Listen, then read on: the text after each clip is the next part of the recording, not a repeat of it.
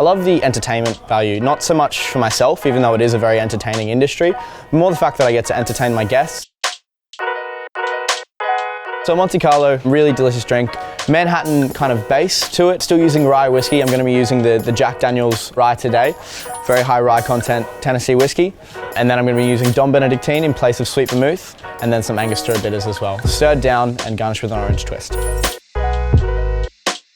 What I love most is, I guess, the feeling of seeing someone leave my bar happier than when they walked in is something I really cherish about our industry.